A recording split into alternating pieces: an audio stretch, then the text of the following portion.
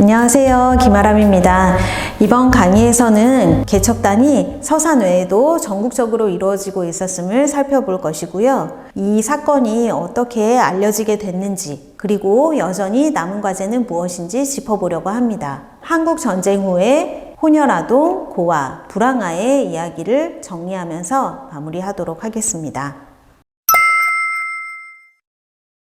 먼저 대한자활개척단이라고 하는 곳을 보겠습니다. 이 대한자활개척단은 그 이름에서도 알 수 있는 것처럼 관민단체, 즉 정부가 관리하고 민간에서 운영하는 단체였습니다. 1965년에 정식으로 등록한 단체인데요. 이 단체가 전국의 각 면에 조직될 정도로 광범하게 퍼져 있었던 것이었습니다. 이 대한자활개척단이라고 하는 곳의 단장은 김춘삼이라고 하는 사람이 맡았는데요. 이 인물은 거지왕이라고도 불렸습니다. 이 거지왕 김춘삼은 당시에 여러 거지, 즉 불황인들의 어떤 리더 역할을 했던 것이고요. 이분에 대한 이야기가 영화 그리고 드라마로도 만들어지면서 많은 사람들에게 인기를 끌기도 했었습니다.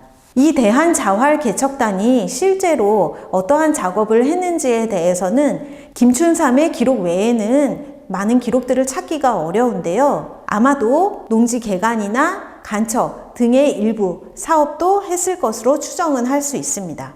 뿐만 아니라 이 대한자활개척단이 했던 사업 중에 우리가 지난 강의 때 살펴보았던 합동결혼이 있습니다. 대한자활개척단의 합동결혼식은 장충체육관에서 벌어질 정도로 1,700여 쌍의 규모에 이를 정도의 대규모 결혼식이 있었습니다. 단장인 김춘삼은 끓어오르는 욕정을 적당히 해결할 수 있는 상대가 있어야 한다 라고 하면서 당시 이 불황인들의 결혼식을 옹호하는 또는 홍보하는 이런 이야기들을 했었습니다. 그러면서 대규모 합동결혼도 추진하고 당시 전국적으로 퍼져 있는 이 조직을 김춘삼이 직접 운영을 했었던 것이죠. 그런데 1980년대에 들어서서 이 김춘삼에 대한 언론 보도를 살펴보면 횡령 사건을 벌인다거나 이로 인해서 구속되는 일도 있었습니다. 그 후에는 실제로 정치 활동에도 참여를 하게 되는데요. 그렇기 때문에 이 김춘삼에 대해서 영화나 드라마도 제작될 수 있었던 것 같습니다. 하지만 이 김춘삼이 알려진 것에 비해서 개척단과 그 피해자에 대해서는 알려지지 못하고 있었던 것이죠. 당시 개척단이 어떠한 역할을 했는지에 대해서 한국 현대사에서의 그 의미를 짚어보겠습니다. 먼저 개척단이 했던 중요한 작업은 농지를 조성하는 것이었습니다. 이에 대한 내용은 정부의 통계로도 확인을 할 수가 있습니다. 당시에 맨몸으로 농지를 확대하고 이를 통해서 식량을 증산하는 데에 중요한 역할을 개척단이 했었던 것이죠. 즉 한국에서 전후복구라고 하는 작업의 일부를 이 개척단, 즉 고아나 불황인 출신들이 맡고 있었다고 해도 과언이 아닙니다. 이러한 약자들에 의해서 전후 재건과 복구가 이루어졌고 농촌의 경제성을 증대시키는 결과도 가지고 올 수 있었습니다. 이렇게 농지를 만들었던 개척단원들에게 정부는 어떠한 보상을 했을까요? 당시에 개척단원들에게 정부는 이렇게 홍보를 했습니다. 개간과 간척으로 얻은 농토는 여러분의 것이다. 이러한 말을 믿고서 사실 개척단이 1963년에 해체가 되었지만 몇몇 사람들은 떠나고 몇몇 사람들은 여전히 그곳에 자리를 잡았습니다. 바로 정부에서 농지를 분배해 주겠다라고 하는 약속을 했기 때문인데요. 서산의 경우에서 살펴본다면 정부는 이렇게 개척단에 의해서 만들어진 농지에 대해서 분배를 해주겠다라고 하는 약속을 했었습니다. 왜냐하면 당시에 이 사람들이 만들었던 땅은 사용하지 않는 염전이었고 정부가 소유하고 있는 땅, 즉 국유지였기 때문에 이 국유지를 분배하겠다. 그런데 그 분배는 임시적인 분배, 가분배를 하는 절차를 거쳤습니다.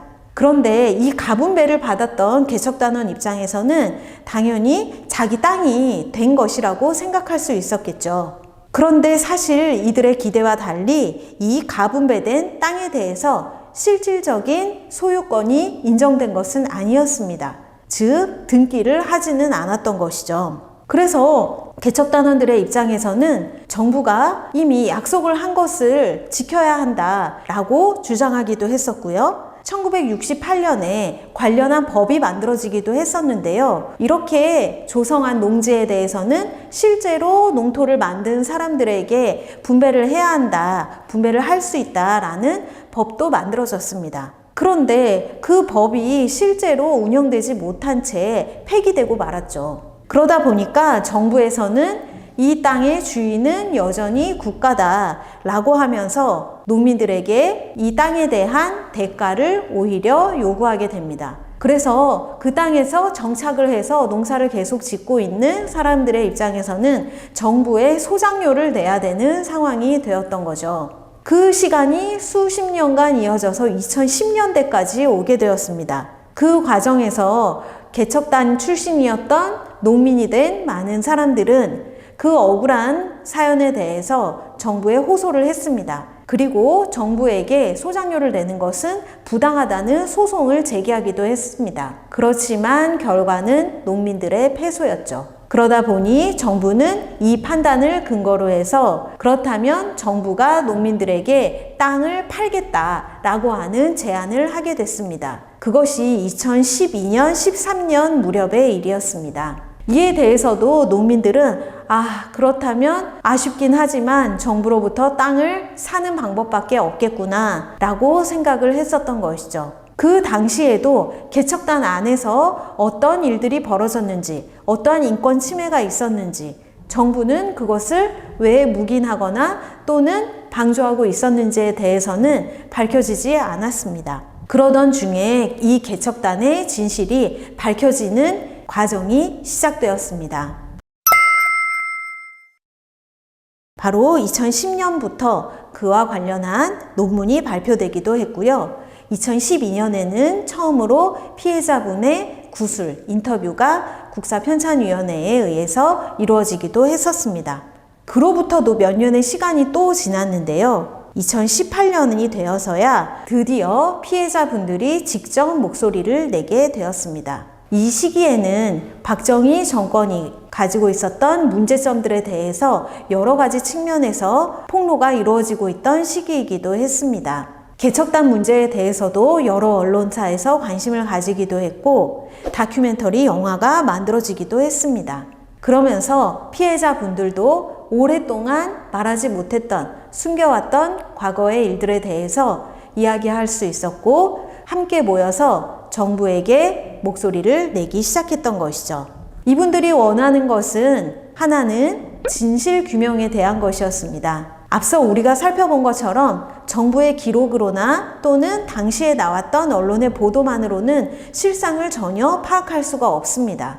그래서 이 피해자분들은 정부가 실체를 파악하기 위해서 그 규명을 위한 노력을 해야 한다라고 하는 것을 요구했고요. 또 한편으로는 서산의 경우에 농지를 분배받지 못했다라고 하는 문제도 해결책을 촉구하고 있었습니다. 이어서 2019년에는 국가인권위원회나 서산시에서도 실태 조사를 하게 되었고 2020년에 이르러서 진실화해위원회가 출범하게 되면서 이 사건은 중대한 인권 침해 사건으로 포함이 되었습니다. 그래서 우리에게는 서산개척단이라고 하는 이름으로 이 개척단이 알려지게 됐던 것이죠. 2022년에 와서야 진실화해위원회에서 진실 규명을 했습니다. 그 내용은 국가는 개척단원과 가족들에게 사과하고 이들에 대한 피해와 명예를 회복시키기 위한 적절한 조치를 취하는 것이 필요하다. 국가는 개척단원들과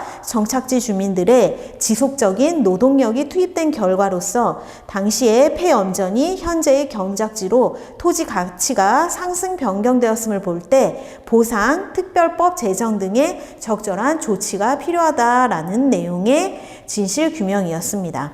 그런데 이 진실규명 내용이 실제로 이루어졌는지는 확인을 해봐야 할 일입니다. 한편으로는 서산개척단 외에도 전국에 있었던 정착 사업장에 대한 조사가 필요하다는 기록도 나왔습니다. 전국에 있었던 자활 정착 사업장에 대한 현황 조사가 있었는데요. 그 조사 결과에 따르면 개척단 사업장은 최소 14개에 이른다고 볼 수가 있습니다. 그렇지만 2024년 현재 밝혀진 곳은 서산과 장흥에 불과합니다. 더 많은 전국의 사업장과 또 한편 대한자활개척단에 대한 피해 사실에 대해서도 조사가 필요하겠습니다. 지금까지 한국전쟁의 영향에 대해서 혼혈아와 고아및 불황아를 살펴보았습니다. 1950년대 우리나라에서 최초로 해외 입양이 시작된 것은 바로 혼혈아동이었습니다. 대통령은 내보내도록 하라고 지시하고 당시에 사회적으로도 이 혼혈아동에 대한 부정적인 인식이 팽배했기 때문에 이들의 해외 입양은 당연시 여겨지기도 했었습니다. 또한 국내에 남은 혼혈아동에 대해서도 이들이 어떻게 교육받아야 되는지에 대해서 정부와 혼혈아의 입장은 서로 다를 수밖에 없었습니다. 고아나 불황아는 개척단의 피해 사실을 통해서 살펴보았는데요. 이 개척단원으로 동원되었던 많은 사람들 이외에 수십만의 고아와 불황아가 어떻게 살았는지에 대해서는 여전히 우리가 잘 알고 있지는 못합니다. 하지만 이분들 역시 한국 사회에서 여전히 우리와 함께 살고 있을 것이며 이분들이 어떻게 살아왔는지에 대한 역사는 한국 현대사에서 또 다른 중요한 면을 발견하게 할 것입니다. 한국 사회에서 이 혼혈아동이나 고아 문제가 소수의 문제라거나 또는 약자의 일이라고만 여겨질 수도 있었는데요. 우리가 살펴본 것처럼 이들에 대한 정책 그리고 사회 제도와 같은 것들은 당시 사회가 가지고 있었던 여러 중요한 문제들과 관련되어 있는 것이었습니다. 예를 들어보면 국외 혈통 중심의 인식에 따라서 혼혈아동을 입양시킨다거나 또는 의무교육을 해야 된다라는 방침을 혼혈아동에게도 적용시키려고 했다는 점, 그리고 고아나 불황아의 개척단을 통해서 농지를 만들고 식량을 증산해야 된다라는 목표를 가지고 있었다는 점, 이러한 점들을 생각해 볼 수 있겠습니다. 이와 같이 한국 현대사를 더욱 풍부하고 구체적으로 밝혀내기 위해서 한국 전쟁이 어떻게 우리에게 영향을 미쳤는지를 살펴보았습니다. 앞으로도 전쟁이 우리에게는 어떠한 결과를 낳게 되었는지에 대해서 좀 더 구체적이고 여러 사람들을 통해서 살펴볼 수 있는 기회가 있기를 바라면서 강의를 마치겠습니다. 감사합니다.